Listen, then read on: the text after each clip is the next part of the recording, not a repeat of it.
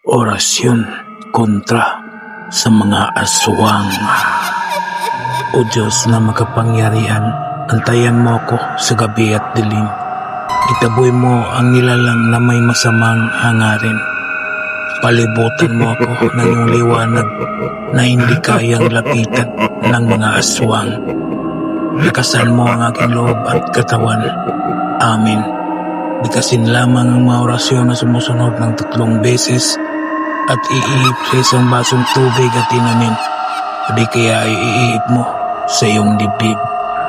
Sa torare potinito perarotas, Dios nitamos cruz dinium.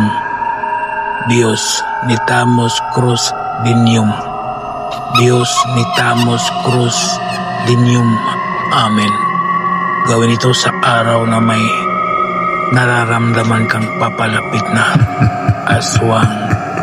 Maraming salamat sa mga tao na naniniwala at tumangkilik sa mga binahagi kong kaalaman.